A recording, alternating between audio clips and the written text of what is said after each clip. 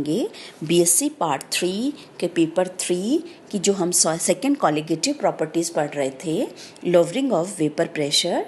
इसी का आगे हम विस्तार करते हुए आज हम पढ़ेंगे relation between relative lowering of vapour pressure and osmotic pressure. Osmotic pressure हमारी फर्स्ट कॉलिगेटिव प्रॉपर्टी थी, सेकेंड कॉलिगेटिव प्रॉपर्टी थी हमारी लोअरिंग ऑफ वेपर प्रेशर। इन दोनों में क्या संबंध है? वाष्प दाब अवनमन तथा परासरण दाब दोनों ही कैसी हैं? कॉलिगेटिव प्रॉपर्टीज़ हैं और एक दूसरे से संबंधित हैं। जैसा कि हम जानते हैं कि विलयन का जो वाष्प दाब है शुद्ध विलायक के वाष्प दाब से कम होता है तथा यह कमी विलयन की सांद्रता के समानुपाती होती है। उसी प्रकार किसी जो विलयन का परासरण दाब भी क्या था? सांद्रता पर निर्भर करता है।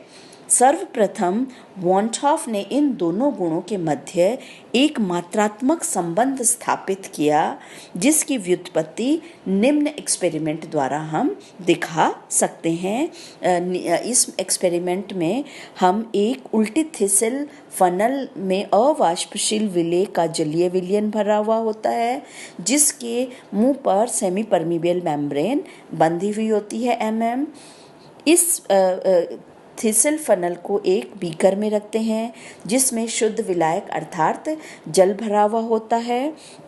अब इस सारे उपकरण को हम एक बेलजार से ढक देते हैं और एक पंप से अंदर हम वैक्यूम क्रिएट कर देते हैं। कुछ समय पश्चात हम देखते हैं कि विलयन तथा विलायक में परासरण प्रारंभ हो जाता है। इस ऑस्मोसिस के कारण कीप की नली में विलयन का तल क्या होता है? ऊपर की ओर चढ़ता है तथा माना की नली में विलयन स्मॉल h हाइट तक ऊपर चढ़कर स्थिर हो जाता है और साम्यावस्था में आ जाता है। तो साम्यावस्था में विलयन का परासरण दाब जो है वो क्या है? पाई है। जो पाई है द्रव के स्तंभ द्वारा डाले जाने वाले द्रव को हम क्या कहते हैं? हाइड्रोस्टैटिक प्रेशर के बराबर होता है। इसलिए इसको इस प्रकार से हम लिख सकते हैं, this pi is equal to HdG। हमने आपको बताया था ऑस्मोटिक प्रेशर क्या होता है? हाइड्रोस्टैटिस्टिक प्रेशर के बराबर होता है। तो इस ऑस्मोटिक प्रेशर पाई को हम लिख सकते हैं pi is equal to HD into G. D is the density of your solution and G is the gravitational acceleration.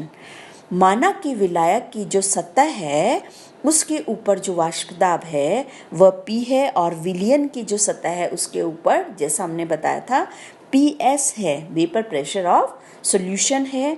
अब इन दोनों वाष्प दाब का जो अंतर है वो क्या होगा? P माइनस PS होगा, जो वाष्प के स्तंभ की ऊंचाई H द्वारा डाले जाने वाले दाब के बराबर होना चाहिए। अर्थात यह जो है P माइनस PS है वह किसके बराबर होगा? H इंटू टॉ इंटू G के बराबर है। यहाँ टॉ क्या है? वेपर डेंसिटी है तथा इसको निम्न प्रकार से ज्ञात किया जा सकता है। जो वेपर डेंसिटी का मान ज्ञात करने के लिए हम एक जो विलायक है उसका अणुभार m है तथा दाब P है तथा टेम्परेचर T केल्विन पर 1 मोल वाष्प दाब है, उसका आयतन V है। तो आदर्श गैस समीकरण द्वारा हमें पता है PV is equal to RT और V is equal to RT by P। और अगर हम विलायक की वेपर डेंसिटी की बात करते हैं, this density is equal to mass upon volume होता है। तो वॉल्यूम का वैल्यू हम यहाँ इस इक्वेशन से V से रख देंगे, तो this density is equal to P into M by upon RT प्राप्त होता है। So this vapour density is equal to P into M upon RT होता है।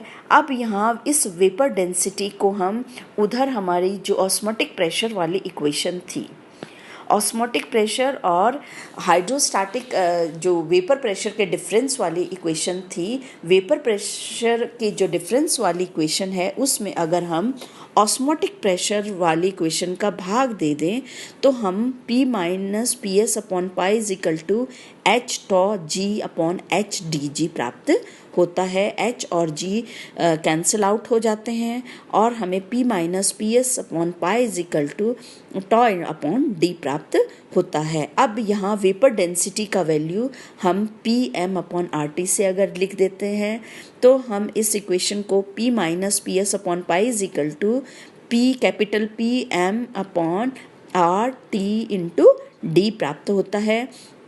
और इस p को हम लेफ्ट हैंड साइड ले आते हैं तो p minus P S upon P is equal to M upon R T D into pi प्राप्त होता है। Here we have p minus P S upon p is again the relative lowering of vapour pressure and आप सभी को पता है वाष्प दाब के आपेक्षिक अवनमन तथा परासरण के संबंध को यह इक्वेशन रिप्रेजेंट करती है। तनु विलयनों के लिए जो विलयन का घनत्व D को विलायक का घनत्व मान सकते हैं तथा समान ताप पर दिए गए विलायक के लिए R, M और D क्या होंगे? कांस्टेंट होंगे। जब R, M और D कांस्टेंट है और R भी अपने आप में एक कांस्टेंट है तो हम लिख सकते हैं P minus P S upon P is proportional to pi, अर्थात relative lowering of vapour pressure is proportional to the osmotic pressure of your solution, अर्थात स्थिर ताप T पर विलायक का जो वाष्प दाब है P भी स्थिर होता है। और इसको आप इस प्रकार से भी लिख सकते हैं कि जब P का मान भी स्थिर है, जब ताप स्थिर है तो P भी स्थिर है, तो P minus P S is again proportional of your pi, अर्थात आप कह सकते हैं कि जो P माइनस पी एस है अर्थात वाष्प दाब में अवनमन है वो आपके ऑस्मोटिक प्रेशर के समानुपाती होता है। अब इससे डिडक्शन ऑफ राउल्ट्स लॉ, अब हम रिवर्स प्रोग्राम करेंगे, हम इससे राउल्ट्स लॉ की व्युत्पत्ति करेंगे। हमें पता है कि small n is the number of mole of solute and capital N is the number of mole of your solvent, और विलयन का जो आयतन है वो V है। तो आप सभी को पता है according to the van't Hoff equation pi V is equal to N R T होता है। So this pi is equal to N R T upon V होता है। यदि विलयन अत्यंत तनु हो